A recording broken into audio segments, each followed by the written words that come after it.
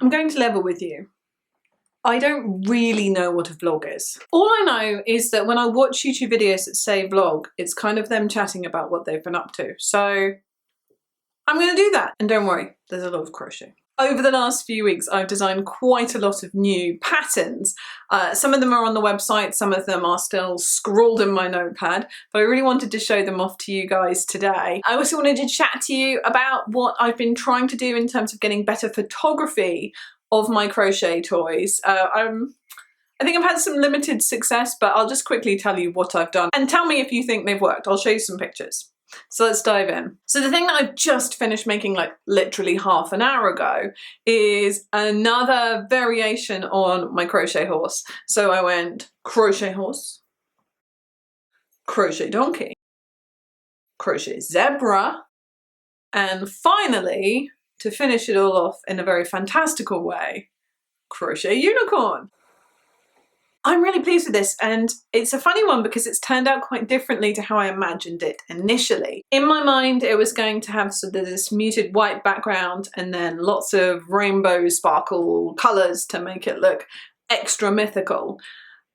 And yet when I started making it and I decided to make the muzzle in this purpley colour, I just really lent into the palettes actually, and I'm quite pleased with how it's turned out. So this is all Happy Place yarn, which I have really enjoyed using for making crochet toys. That's the like new Hobie line by TL Yarn Crafts. I've really found that it's come out quite nicely in terms of the sort of structure and shape of the toy.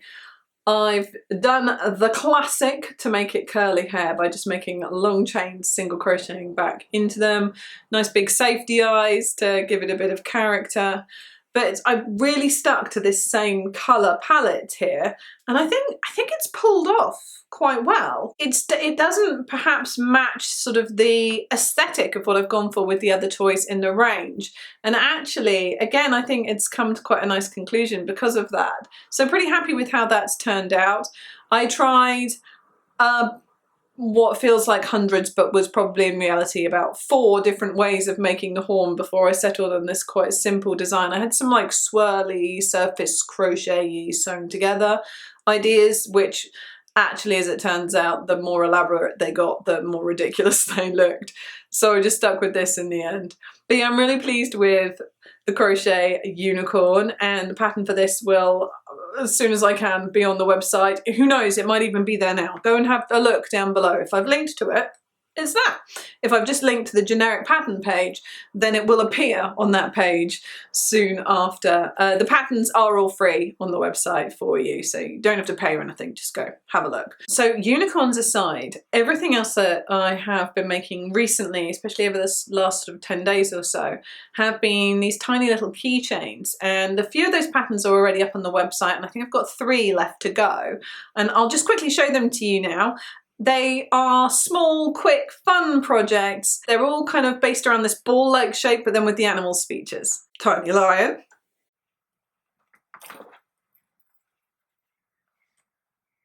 Kitty cat. Bunny.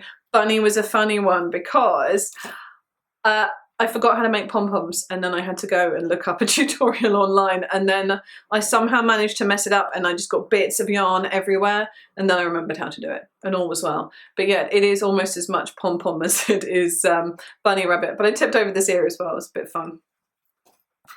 Then we have seal. I think this is a seal. I maintain it's a seal.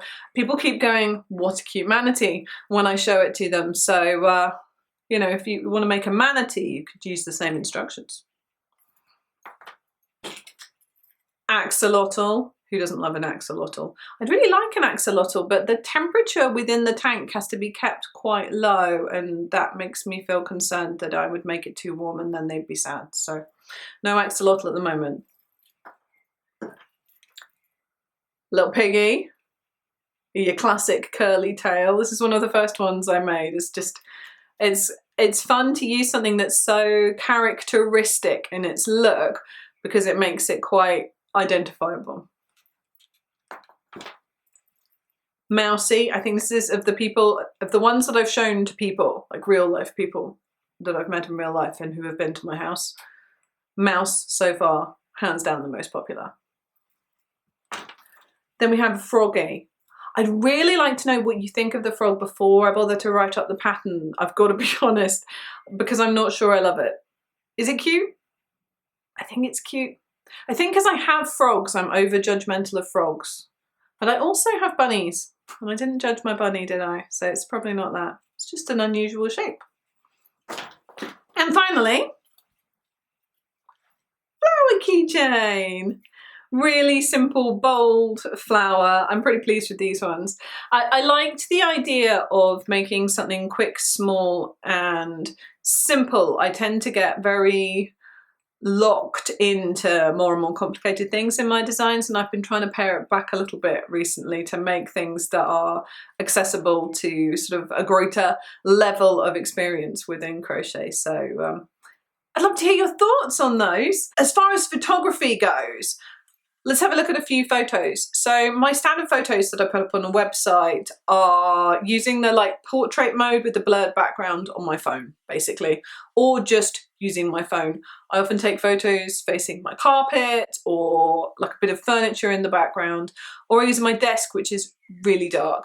And that looks nice and shows up well against like light things, like my skin. When I record my hands, it's okay as a background, but for a lot of the toys it just doesn't work.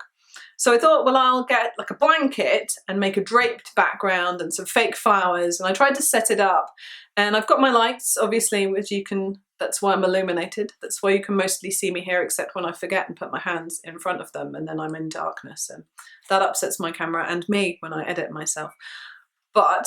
So I've got my lights. So if you don't have lights and you're taking photos, that they hugely make a difference. These are just LED ones that you plug into a USB socket. Really, really make a huge amount of difference with taking photos. Having a neutral or contrasting background I've also found really helpful. And these little things that are asides. I actually think some of the nicest photos that I've been taking previously have bits of my house in the background, just something to bring them into perspective and let you see what the items actually look like in context. I think that's quite a helpful thing maybe.